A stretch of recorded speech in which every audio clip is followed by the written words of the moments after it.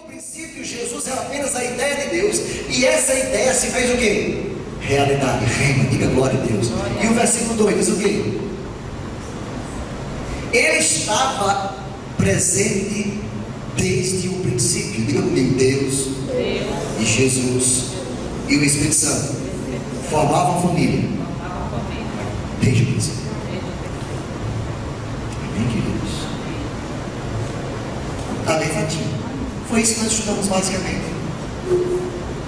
E a segunda parte da nossa aula, nós falamos o seguinte, que nós falamos de uma maneira muito clara aqui os papéis de cada divindade, de cada personagem desta família. Ou seja, nós falamos o papel de Deus, nós falamos o papel de Jesus e nós falamos o papel do Espírito Santo, sim ou não? Porque, irmãos, todo crente, todo cristão, me perdoe, se alguém chegar para vocês, me fale aí, pronto, chega para você um muçulmano, aí diz, você é o quê? Se eu sou cristão. Ah, você é cristão, me fala do seu Deus. Aí você diz, Deus, aí você começa a dar o show, né? Porque crente, né? Mas ele, não, calma, como é esse negócio? Deus, Jesus, é Deus ou é Jesus? Você vai dizer, não, mas Jesus também é Deus. E o Espírito Santo? O Espírito Santo também é Deus. Não, mas ele é um só, mas as manifestações são diferentes. Aí você vai ter que saber explicar, filho. Porque senão o cara vai dizer, ei, meu amigo, tu que é cristão, não sabe, nem entende nada, eu vou ficar aqui. Porque aqui é só Maomé e manto. Pronto, só é Maomé. Só é Allah. Irmão, você sabe por que a maioria das pessoas que nós conhecemos não se entrega a Jesus e não se apaixona pelo cristianismo? Sabe por quê? Porque nós somos pouca ou nenhuma influência sobre a vida deles.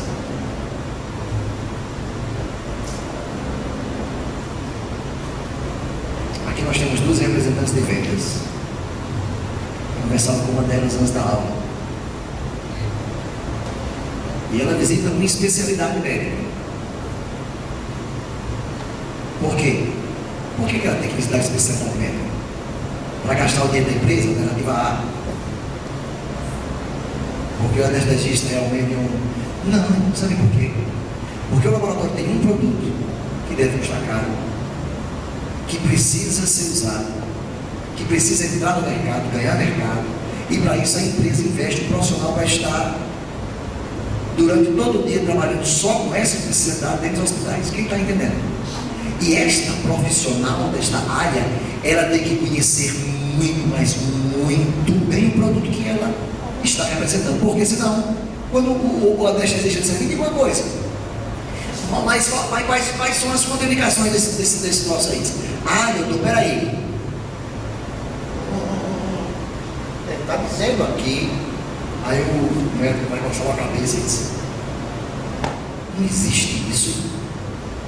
Mas não, quando o médico pergunta, não, isso é indicado assim, ele age assim, é contraindicado nisso, é indicado nisso, ele age dessa forma, a farmacodinâmica, a farmacocinética, ele vai explicar o tempo que vai gastar na corrente sanguínea, tem até um produto que ele tem aí, que ele vai anular o efeito dele, o cara vai ficar acionando, beleza, não deixou margem nenhuma de dúvida, o cara vai usar o produto, sim ou não, irmãos?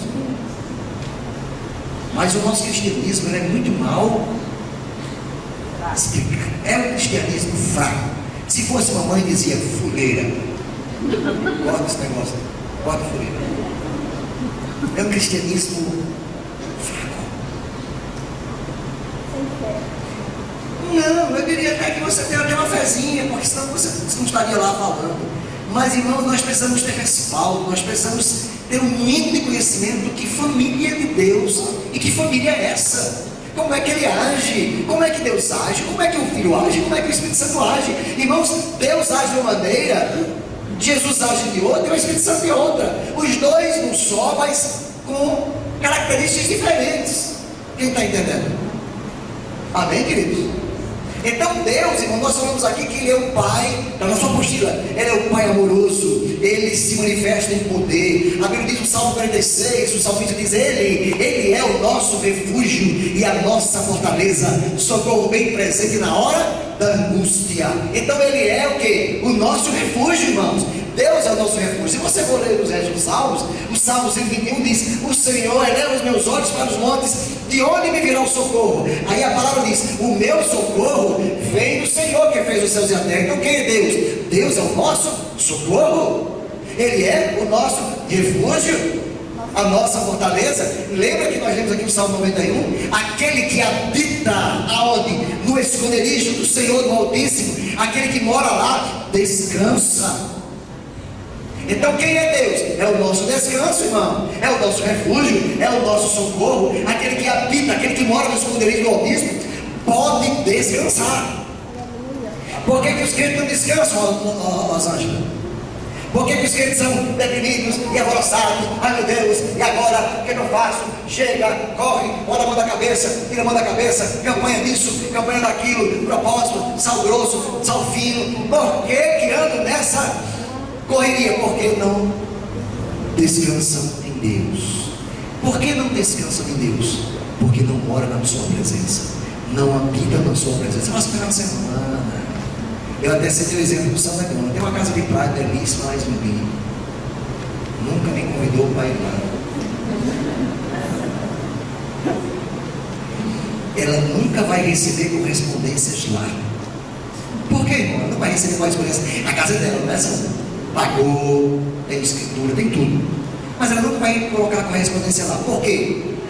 Porque ela não mora lá. Ela não vai dar endereço lá nunca. Levante sua mão e diga, mas se eu moro, diga, se eu moro na presença de Deus, eu descanso nele.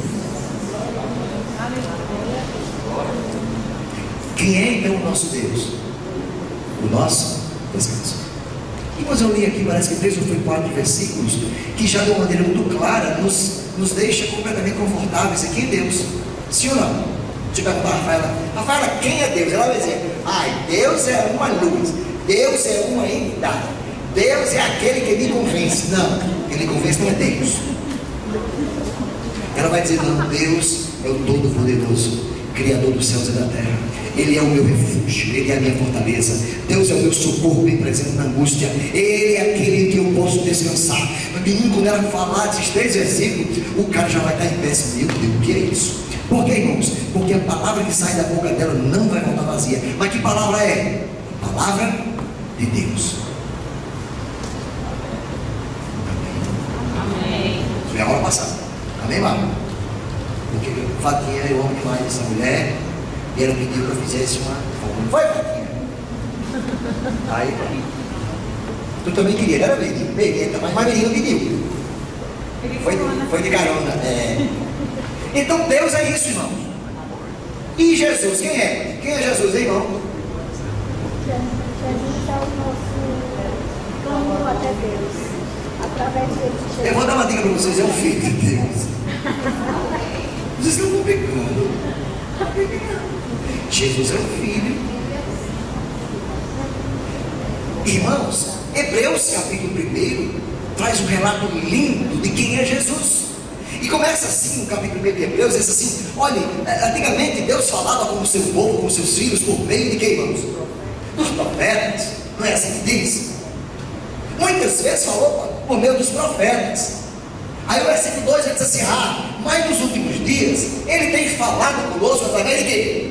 Do seu Filho Jesus. Então, irmãos, Deus fala por meio do seu Filho Jesus, que constituiu, portanto, Ele, herdeiro de quem, irmãos?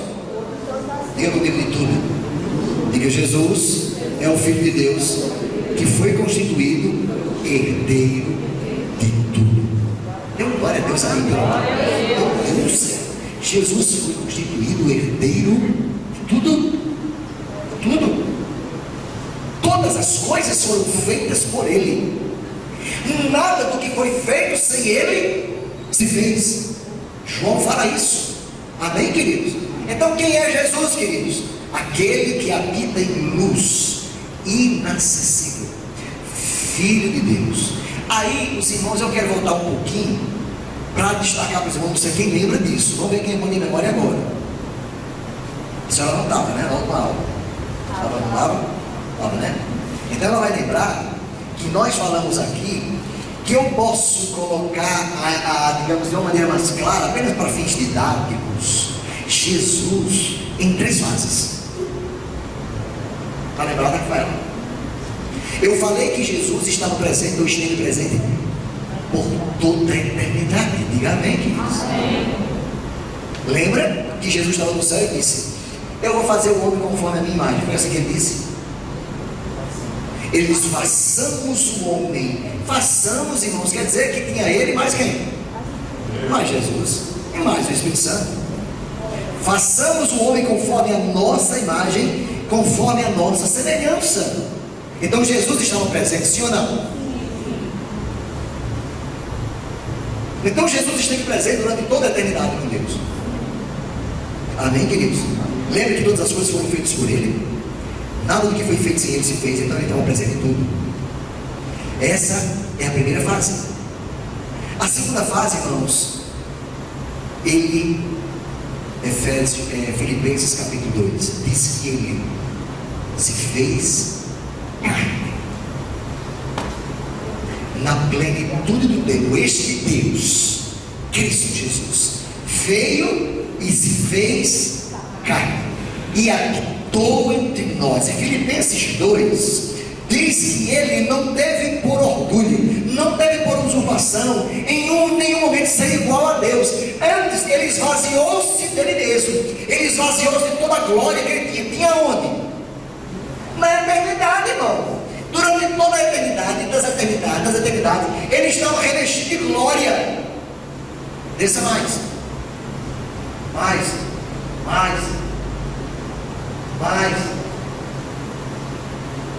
Tende em vós aquele sentimento que houve em Cristo. Qual o sentimento foi esse? O sentimento é esse aqui, irmãos: subsistindo em forma de Deus, não considerou-se igual a Deus. Outra, mas esvaziou-se de si mesmo. Tomou forma de servo, tornando-se semelhante a quem? A homem. Diga: é esse Deus eterno. Esvaziou-se dele mesmo e se fez homem. A minha versão diz: se fez carne. A segunda fase de Jesus foi essa: Jesus Cristo, homem. Deus eternamente. Jesus Cristo, homem. E porque ele foi feito homem, ele se fez homem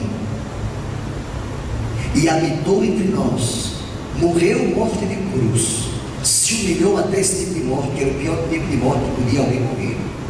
O que aconteceu depois disso? No 8, ele mesmo, se na forma de achar, humilhou-se, tornando-se obediente até morte de cruz. Veio 9, olha o que aconteceu com ele. Foi por isso, viu, Rafael, que Jesus passou por isso, que Deus o exaltou soberanamente. Diga glória a Jesus. Por causa dessa posição de Jesus ter se feito carne, Deus o exaltou de uma maneira gloriosa. Ele deu um nome que está acima de todo nome, de toda raça, de todo credo, de todo principado e potestade. Tem 10. Acima de todo nome, para que o nome de Jesus se dobre todo o joelho que está no céu, na terra, debaixo da terra. Irmão, só tem um nome que o céu, que a terra e o inferno se dobram: é o nome de Jesus. Portanto, quando a opressão vem, quando o diabo se manifesta, o demônio se manifesta na sua casa ou em qualquer outro lugar, quando o bichinho começar a distribuir na sua casa, diga: ei, em nome de Jesus, saia. Pronto. Não é no seu nome, não é no nome do Papa, não é no nome da igreja, é no nome de... Irmãos, o nome de Jesus, todo joelho se dobra. Tem 9, tem. Todo joelho se dobra, 10. Todo joelho se dobra na terra e debaixo da terra. Diga amém, pelo amor de Deus. Olha para a pessoa que está ao seu lado e diga para ela: qualquer coisa que se levante contra você tem que se dobrar diante do nome de Jesus. Olha o meu raio. Pensou que era um bicho, né? Irmão, qualquer coisa. Pastor, qualquer coisa assim, liceu. Repreenda em nome de Jesus. Desemprego em nome de Jesus. Eu repreendo você da minha vida. Eu tomo posse de promoção, de salário abundante, de vida abundante, de saúde. Eu tomo posse em nome de Jesus. Repreendo toda espécie. Irmãos, é muito bom quando nós podemos orar assim, mas tem gente que não pode orar assim. Não pode por ignorância, não pode por desobediência, não pode por incredulidade e não pode por outras coisas. Irmãos, quem é que pode repreender o devorador que come as nossas finanças? Quem é? Nós. A gente recebe o salário não dá, meu Deus, vai, falta isso, falta aquilo, e a gente não vê a nossa vida financeira prosperar, meu Deus, e a gente não pode repreender o devorador, sim ou não? Muitos não podem, por quê? Porque são infiéis em dízimos e ofertas. E quem tem legalidade para repreender isso é quem é fiel. A Bíblia diz que quando você é fiel em dízimos e ofertas, a Bíblia diz: eu, o Senhor, repreenderei o devorador. Aí você diz: ei, Satanás, sai das minhas finanças. Eu não aceito isso em nome de Jesus. A palavra diz que eu terei a minha sementeira produzindo e produzindo com abundância. E eu vou ter e não vai faltar. Sai em nome de Jesus. Acabou. Mas a maioria de nós tem rabo preso. Aí fica: sai, Satanás. Show, Satanás. Show, e o Satanás.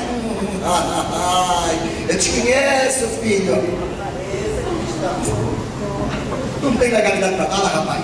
Tu é infiel e tu quer repreender quem? Vai se converter primeiro, não tem que repreender, rapaz.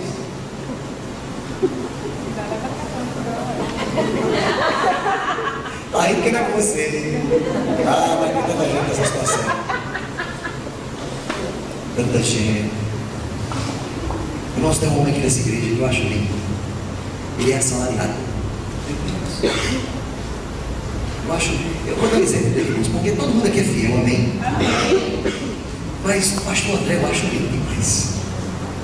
O pastor André, ele é tão fiel, ele é tão apaixonado por essas coisas que ele quando recebe salário, ele acha lá a mulher dele, nega, recebeu o salário, já separei isso. Nega, não vejo a hora, nega, de chegar na casa do Senhor, nega, tá bom, mas você me disse.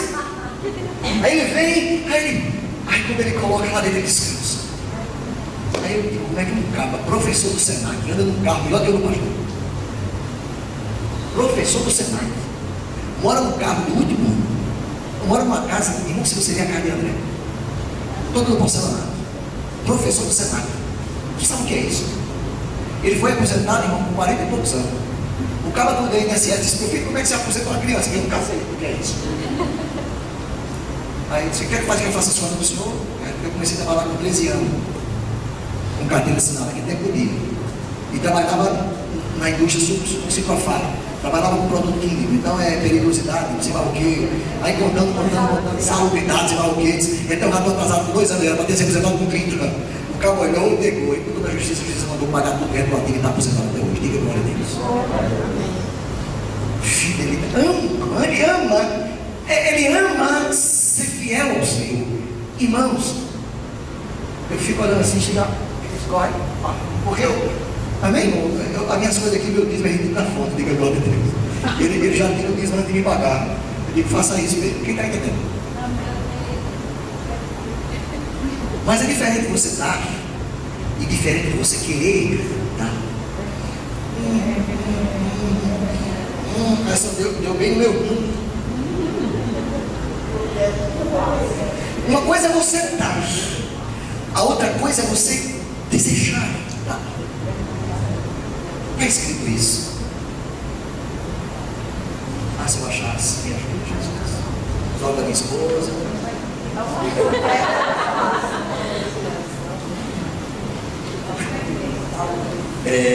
Coríntios. Aula escrevendo aos Coríntios. Cadê Coríntios? Nem eu acho nem Coríntios. Paulo que ele escreve aos Coríntios falando santo de oferta. Olha aqui. 2 Coríntios, capítulo 8.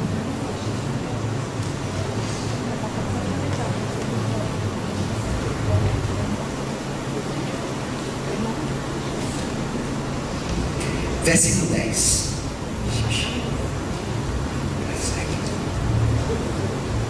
Ele diz assim: eu, Paulo, versículo 10, vou dar aqui o meu parecer sobre o que vos convém.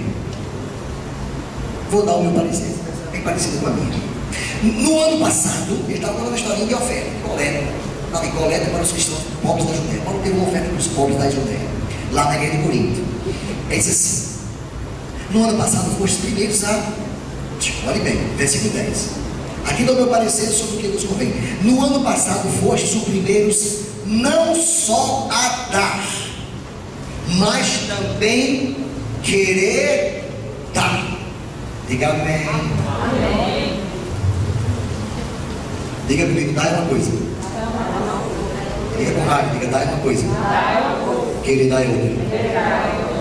Uma coisa é Juliano chegar aqui, salarizando para me achatar. E outra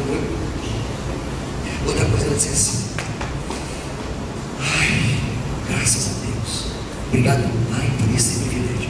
Eu amo a dar. Quem está entendendo, irmão?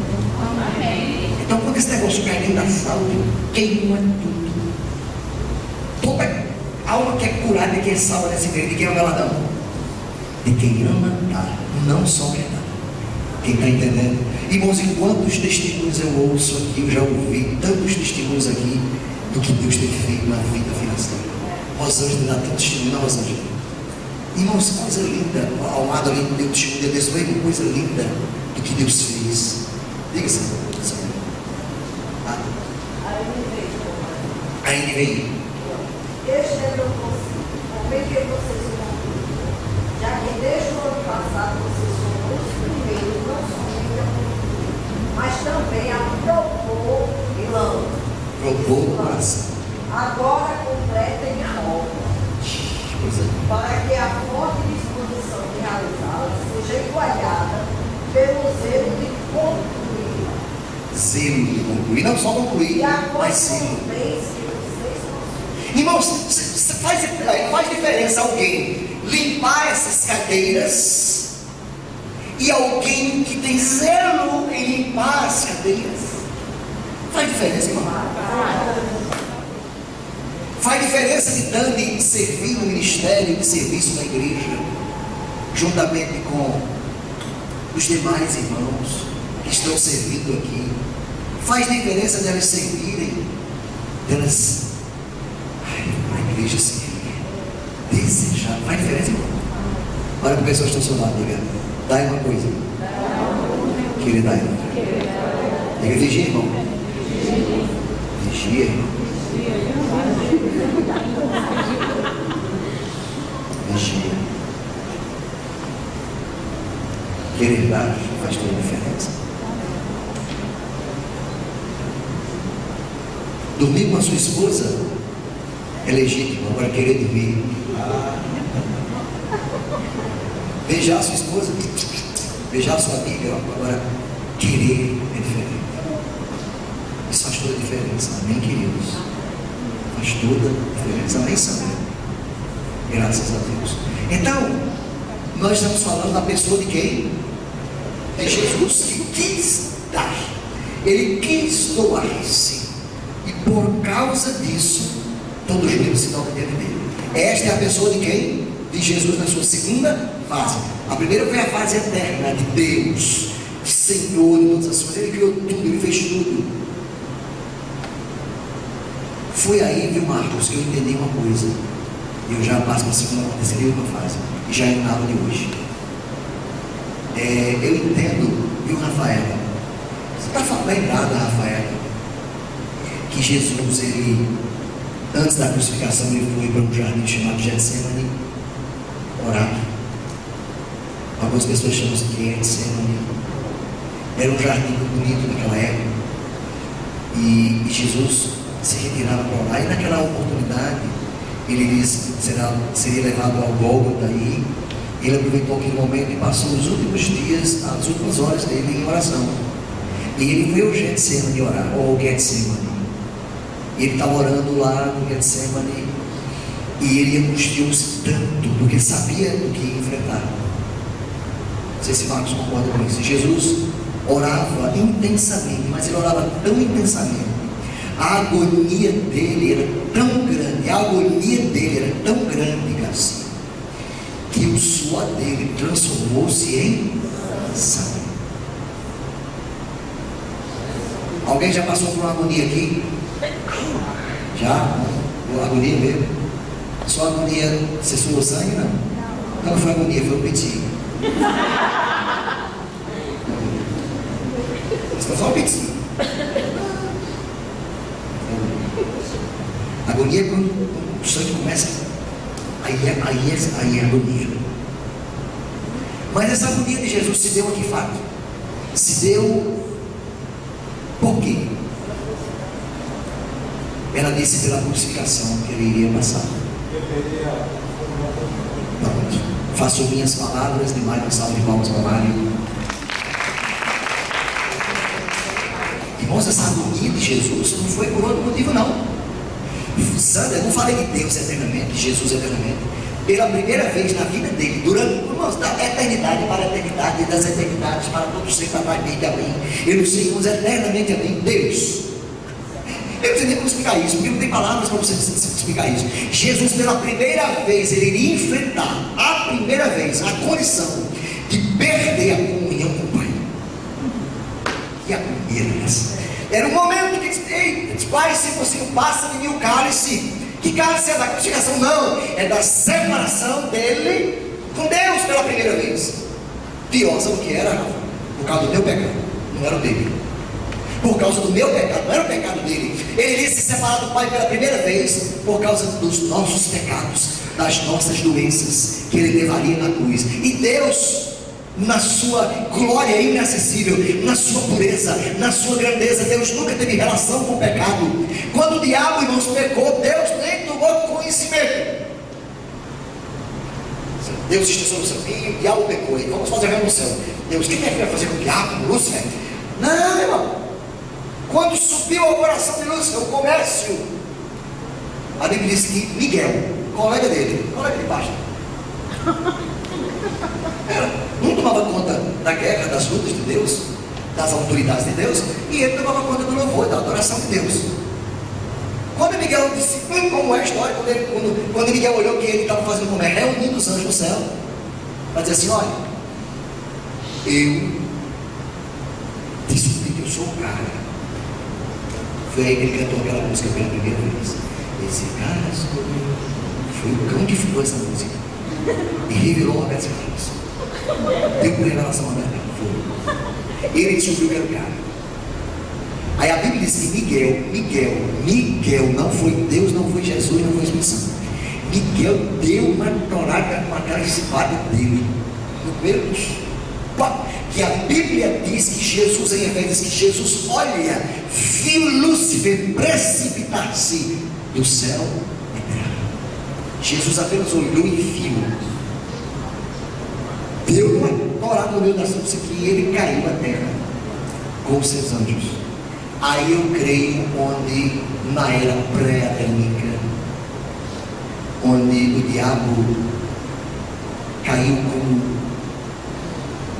pedra, como raio nessa terra, e a terra tornou-se sem forma e vazia, destruindo, portanto, todos aqueles seres que viviam na era pré-adâmica, que a gente chama de era dos dinossauros, ou chama de era pré-adâmica. Aí ele foi lançado à terra, grande catástrofe, explosão, eles foram lançados à terra e tornaram essa terra sem forma e vazia. Por isso que eu gosto de uma versão da palavra de Gênesis, capítulo 1, que diz: no princípio criou Deus o céu e a terra era sem forma e vazia, e o Espírito Santo de Deus habitava sobre a face das águas. Eu gosto da versão que diz o seguinte: no princípio criou Deus os céus e a terra tornou-se sem forma e vazia. É o mais próximo do original. Não é que a terra era sem forma, porque ela tinha uma forma, mas ela tornou-se sem forma e vazia quando esses seres foram precipitados do céu à terra. Aí Deus depois foi lá e trouxe ordem àquele caos, a tudo que existe. E assim como eu creio que Kenneth Hagin crê, que Hernandes Dias crê também, e eu sigo também nessa linha de crer assim, porque como está escrito especificamente, eu creio da forma mais, não lógica, mas a forma mais viável possível para entender essa grande catástrofe que aconteceu sobre a terra. Por isso ela tornou-se sem forma e vazia. Quando Moisés escreve Gênesis, quando Moisés escreve a Gênese humana, descrita em Gênesis, ele escreve no original, diz assim: agora a terra tornou-se sem forma e vazia. Aí Deus vai dar depois, não sei quantos mil anos depois, porque não fala também que Deus coloca a ordem no caos, Deus separa a luz e trevas, a água seca, Deus separa tudo, e Deus planta aquele homem na terra que foi criado aonde? No céu. Lembra que o homem foi criado no céu? Como é que ele poderia lidar com a terra? Através de um corpo. Foi quando Deus criou o corpo do pó da terra, Adriana, daquele barco riquíssimo em todos os nutrientes necessários para a formatação desse corpo, e sopra esse homem dentro desse corpo, e esse homem torna-se alma vivente. Amém, queridos? Então, Deus eternamente em Jesus, Jesus eternamente, Jesus homem. E agora tem a segunda fase de Jesus, para que você possa entender a família de Deus, a família cristã. Eu, Jesus, ressurreto. Diga o nome dele. Ele vai morrer, mas a morte não pode detê-lo. Amém, queridos? A morte não pode segurá-lo. A morte não pode contê-lo. Ao terceiro dia, toda a glória e o poder da ressurreição arranca Jesus das mãos da morte. Amém, queridos? Levanta Jesus. Jesus cumpre o propósito aqui na terra, volta para o céu, mas antes dele ir, ele está subindo, é um anjo, levanta a sua voz e diz: varões galileus, se você puder encontrar em Mateus, varões galileus, por que vocês estão olhando para cima? Pare, não se espante, aliás, não é que pare, não se espante. Este mesmo Jesus que estás vendo subir, ele voltará. Diga amém. Amém. Nós estamos aguardando ele já, viu? Para o arrebatamento de quem? Da sua igreja. Daqueles que o confessaram como seu salvador pessoal, que entregaram a sua vida a ele completamente, que dependem dele totalmente, não de uma religião, não de uma crença, mas de Cristo Jesus. Aí o anjo continua e diz assim: fiquem tranquilos, porque Jesus diz: eu vou mandar quem? Tem versões que dizem: eu vou mandar o Consolador. Tem outras versões que dizem: eu vou mandar o outro Consolador. Ficai, pois, em Jerusalém, fiquem ali, não saiam de lá, até que do alto sejais revestidos de poder, para seres aqui minhas testemunhas em Jerusalém, Samaria e até os confins da terra. Mas primeiro sejam revestidos de poder. E eles ficaram 120 dias depois aproximadamente. Desceu o quê? Desceu quem? Ele mesmo. O que, meu pessoal? Desceu quem? O Espírito Santo, que antes descia sobre reis, sacerdotes e profetas, fazia um milagre, fazia uma coisa, poder, realizava algo e se retirava. E Davi sentia muito quando o Espírito Santo ia embora dele. Aí Davi dizia: ah, Deus, não retires de mim o teu Espírito. E tem crente na hora assim hoje: Senhor, não retires de mim o teu Espírito. É impossível. Como é que ele vai retirar um negócio que desceu como morar em você? Não, ele vai ficar lá. Mas tem crente que vive na aliança, na graça, orando a velha aliança. Ah, o Espírito Santo não sai de mim, e chora meia hora. E o Espírito Santo, pelo amor de Deus, tem vergonha. Valeu o Novo Testamento. Mas Davi orou assim, Davi orou porque ele vivia debaixo de uma aliança inferior, aliança de morte. Você não. É como se você Deus fazendo prova com Deus, né? Aí Deus fala uma coisa, sua palavra é uma coisa, aí o cara vai lá e faz promessa. Aí faz prova, aí prova. Se foi de Deus, o tempo, a porta vai estar fechada. Aí no outro dia não, se foi Deus, Deus vai confirmar. Aí fica fazendo prova. Prova é coisa para descrente, irmão. Crente não vive com prova. O crente vive com fé. Diga glória a Deus. Por que mais Gideão não fez prova? Gideão vivia debaixo de uma aliança inferior. Lá, a Gideão, coitado de Gideão, hein? Mas nós não temos quem? O próprio Deus dentro de nós, através do seu Espírito, que nos capacita, nos ensina a sua palavra, para que nós possamos andar em fé, não fazendo prova. Diga amém, pelo amor de Deus. Irmãos, eu fui criado assim, fazendo prova. Eu lembro que de manhã eu ia sair, eu disse, mamãe é mulher crente. Aí, dentro das possibilidades, dentro das suas limitações, da sua ignorância, ele não aprendeu. Meu filho, você vai sair? Peraí, meu filho, sai agora não. Aí ela ia na caixinha de promessa. Aí abria a caixinha de promessa. Aí só tem coisa boa lá, né? Um dia lá, né? Aí a caixinha de promessa dizia: o Senhor vai na tua frente, quebrando os serrolhos, o Senhor jogando por terra as portas dos serrolhos de bronze. Aí mamãe, glória a Deus, meu filho. Aí quando eu disse: peraí, meu filho, que eu vou confirmar. Confirmar. Aí ela confirmou. Assim diz o Senhor, só tem coisa boa, né? E nós para a caixinha de promessa tem, e tem crente viciado nesse mundo. Ali chama-se horóscopo dos crentes. O horóscopo. Tem crente que tem aquele horóscopozinho ali. Aí quando eu já ia sair, mãe, meu filho, para aí que eu vou confirmar. Eu saí de lá de Bari 3 vezes, quem está entendendo? Mas hoje ela entendeu, não tem queridos. Hoje eu chego lá em casa, hoje mesmo eu cheguei na casa da minha mãe e passei tempo com ela está bem velhinha, estou fazendo questão de passar pelo menos 3 vezes por semana lá na casa da minha mãe. E eu fico lá com ela, e ela, meu filho, de que, mamãe? Mamãe, eu fico, mas eu não estou nem escutando. Aí ela vai lá, e lendo Joseph Prince. Hoje eu cheguei lá, ela estava lendo 100 dias de favor. Esse meu filho, como eu passei tantos anos sem conhecer isso, diga, tem crente que tem disponível. Não faz nem questão de conhecer o que é a graça. O que é viver hoje numa dispensação chamada graça. Nunca leu graça. Nunca se interessou para saber o que é a graça de Deus. O que é o favor, o que é a aliança da graça. Não.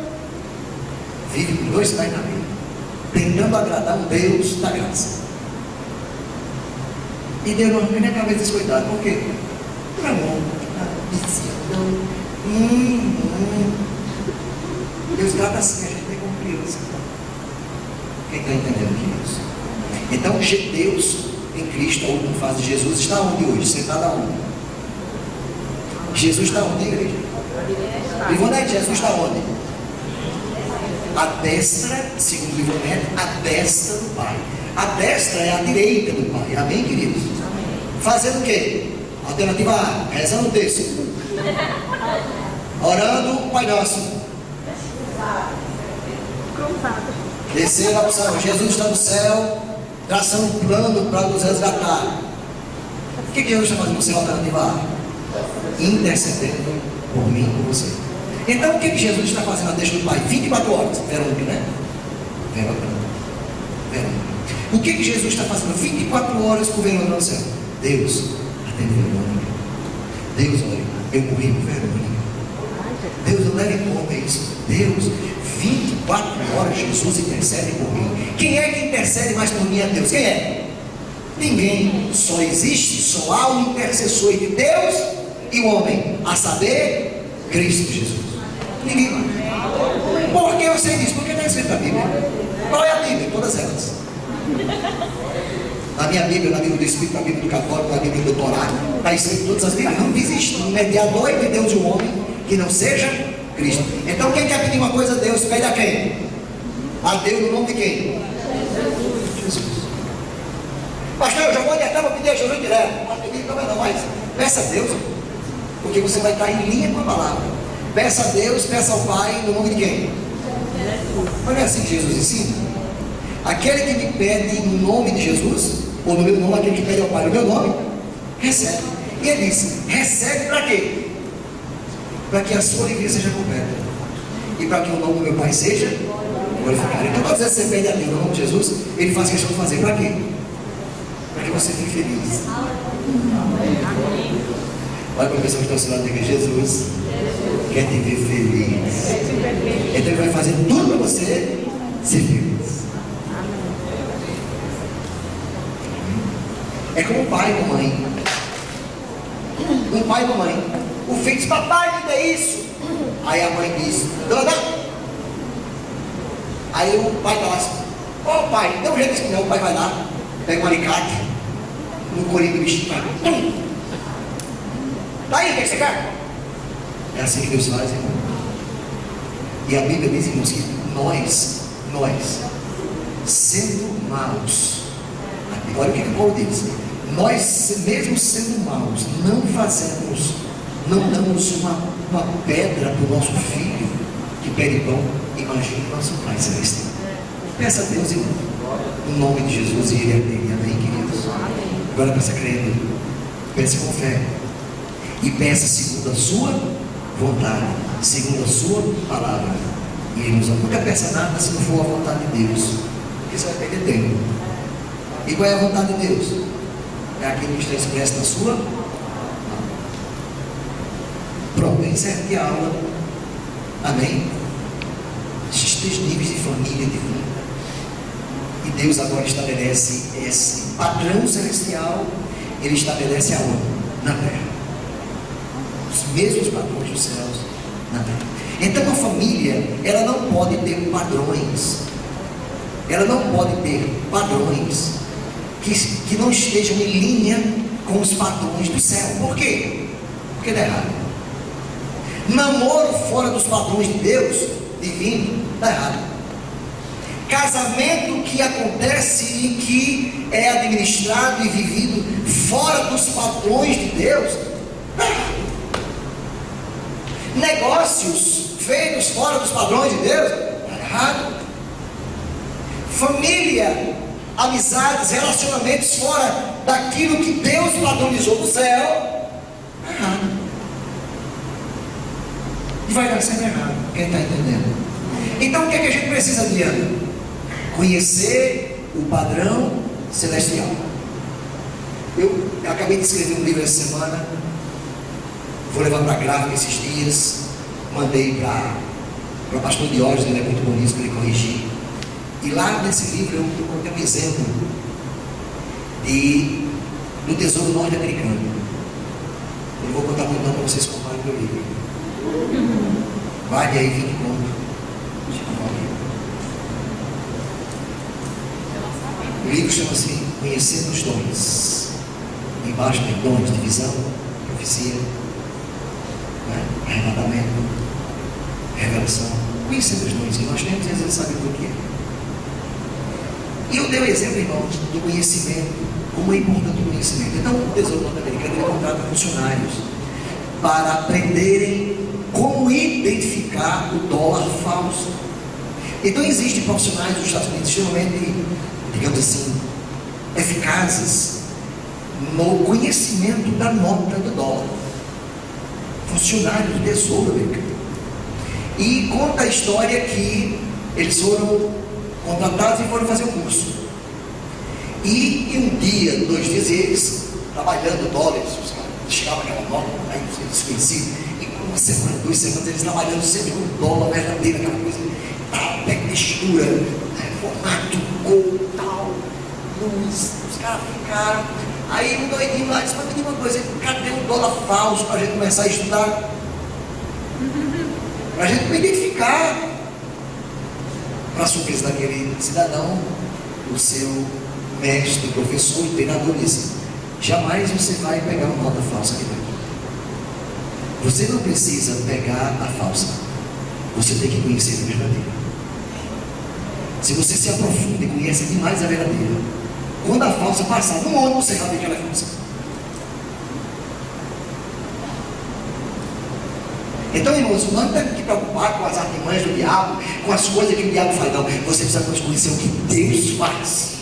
Amém. Porque se você conhecer Deus, os dons que Ele te dá, as habilidades que Ele te dá, e se você conhecer os padrões que Deus quer para a sua família, se você souber disso, quando qualquer coisa que farei, que não é de Deus, você vai dizer: isso aqui não é para minha família, isso não é para mim, porque você conhece o verdadeiro. Por isso que você está aqui hoje à noite, no Instituto Bíblico de de 7h30 da noite até às 10, sentado aí, escutando um camarão conversar, não tem nada a ver, se perde assim, às vezes, no livro dele, amém?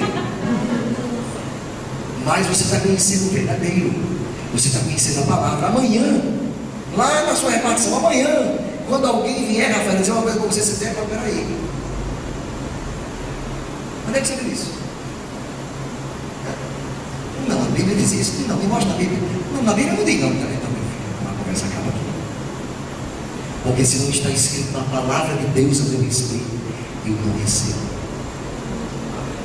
Eu só recebo aquilo que está escrito de Deus na sua palavra.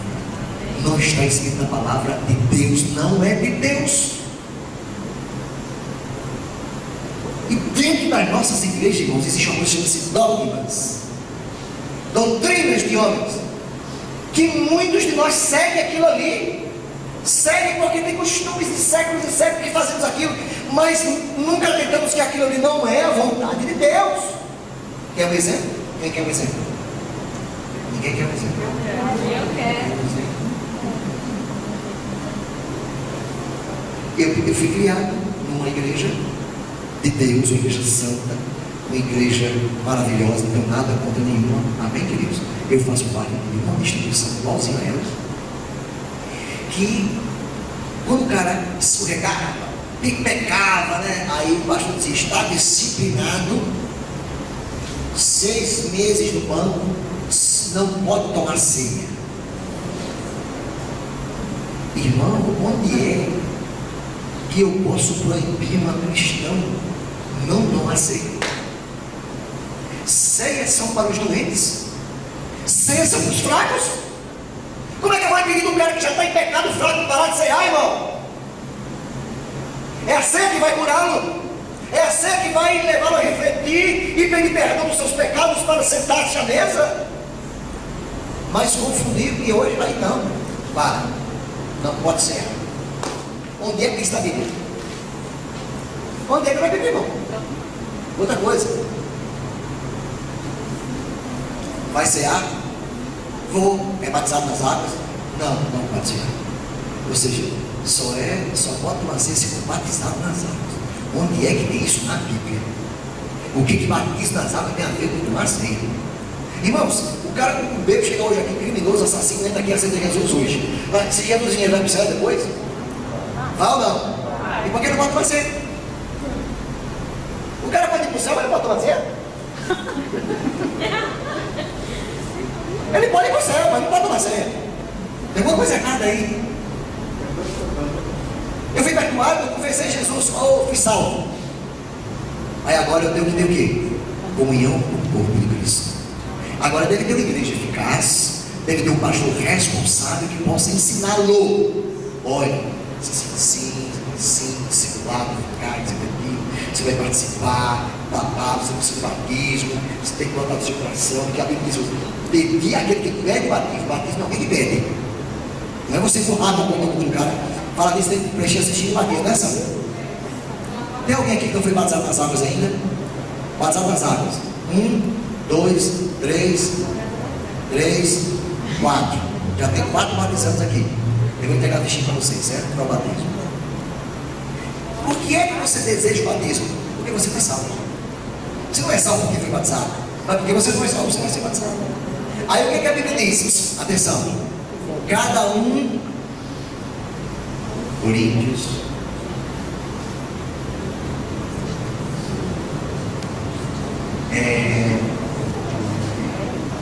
esse 11 aqui, meu Deus, eu estou começando com essa coisa. Diz assim, 1 Coríntios capítulo 11,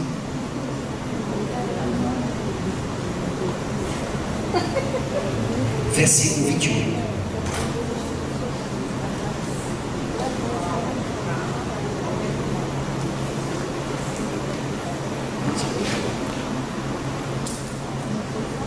Olha, cada um examine-se, pois, a si mesmo. Quem é que vai se examinar? É o pastor? É você que vai se examinar. Cada um examine-se a si mesmo. E depois, coma do pão e beba do cálice. Então, cada um deve examinar-se a si mesmo. Versículo 29. Pois se você não se examinar, ou você não examinar-se a si mesmo, se você não fizer um autoexame e examinar-se, e comer do pão e beber do cálice, você vai comer juízo para si mesmo. Ou seja, você vai comer condenação.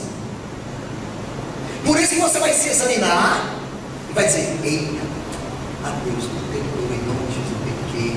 Senhor, me perdoa, examina-se, pede perdão. Porque se você come sem discernir, se não, ou seja, come juízo para si ou come condenação para si mesmo, não discernindo o corpo de Cristo. Irmãos, o que é discernir o corpo? Irmãos, o que é discernir o corpo? É você fazer sem revelação e sem entendimento. Então, quem come o corpo de Cristo e bebe do seu pão e bebe da sua carne e bebe do seu sangue, sem entender o que está fazendo, está comendo juízo para si mesmo. Por isso, no versículo 30, por isso tem entre vós, ou por causa disso, tem muita gente doente, e muita gente até que já morreu por conta disso. Muitos dormem, por quê? Porque não discernem o corpo, porque come sem entender. Acha que está comendo pão, acha que está comendo. Não, na hora que você come o pão, você está comendo o corpo de Cristo. Na hora que você bebe o cálice, você está bebendo o sangue de Cristo, porque foi uma denúncia que ele deu, que eu devo comer e devo beber, até que ele volte. E na hora que você come o pão, você está comendo o corpo. Você tem que entender isso. É forte. Ali tem um livro que ensina sobre isso. Só sobre isso. Só tem um livro também. Sentado à mesa, ou alguma coisa da mesa. Quem está entendendo, irmãos? Discernir. Quem crê que Jesus já me fez digno? Jesus nos fez digno? Então como é que eu posso comer indigno? Ora, se ele me fez digno, eu não posso comer indigno. Eu só como indigno e torno o ato de Jesus ineficaz quando eu como e bebo sem entendimento e sem revelação, como relacionamento. Mas quando eu entendo isso, eu tenho discernimento disso. Eu como e bebo vida. Tem muita gente sendo curada. Muito de nós aqui já não morreu porque tomou ceia, e na hora que tomou a ceia foi curado. O câncer foi curado, caroço desapareceu, leucemia que você nem sabia, você já foi curado. E eu também já fui. Sem nem entender isso, só por comer e beber o corpo, discernir o corpo de Cristo.